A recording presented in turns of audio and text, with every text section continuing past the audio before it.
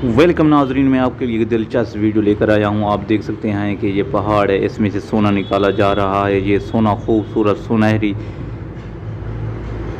शक्ल में है नाजरीन, जैसा कि आप देख रहे हैं। आगे ये एक गड्ढा है जिस पर ईंटें लादी जा रही हैं और ये ऊपर चढ़ रहा है। ये आप देख रहे हैं कि दांतरी को सख्त किया जा रहा है और इसके दांत निकाले जा रहे हैं और ये पीटर को चलाने की फुल कोशिश कर रहा है। हम आपके लिए इस तरह की दिलचस्प वीडियो लेकर आते हैं, लेकिन नाज़रीन आपसे छोटी सी गुजारिश में चैनल को सब्सक्राइब करें, लाइक करें, बेल आइकन को ऑल के लिए क्लिक कर दें ताकि आपको नई वीडियो और नई मालूमात मिलती रहें। नाज़रीन हम आपके लिए इस तरह की दिलचस्प वीडियो पेश करते रहेंगे।